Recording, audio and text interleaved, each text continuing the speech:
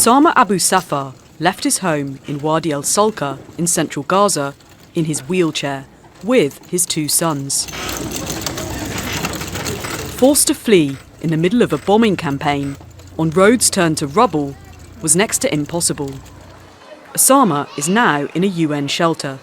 It's a school-turned-refuge for thousands of displaced Palestinians and is woefully inadequate for his needs.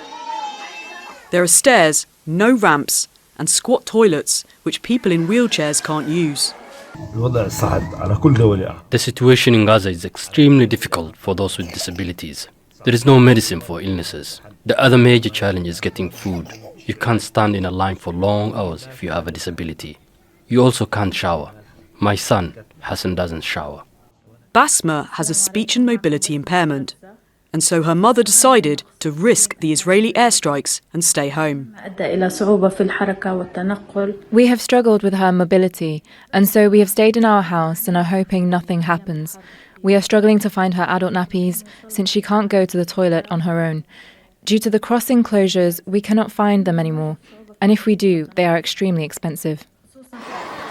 Medicines for long-term illnesses and devices such as crutches, hearing aids and walkers are in short supply, thanks to the blockade by Israel. Israel is a signatory to the United Nations Convention on the Rights of Persons with Disabilities, but the evacuation orders it gives do not take them into account. The UN Convention on the Rights of People with Disabilities provides a framework for safeguarding human rights in conflict-affected states. In particular, it obliges state parties to take all necessary measures to ensure protection and safety of people with disabilities in armed conflict. Israeli authorities are not taking the minimum measures.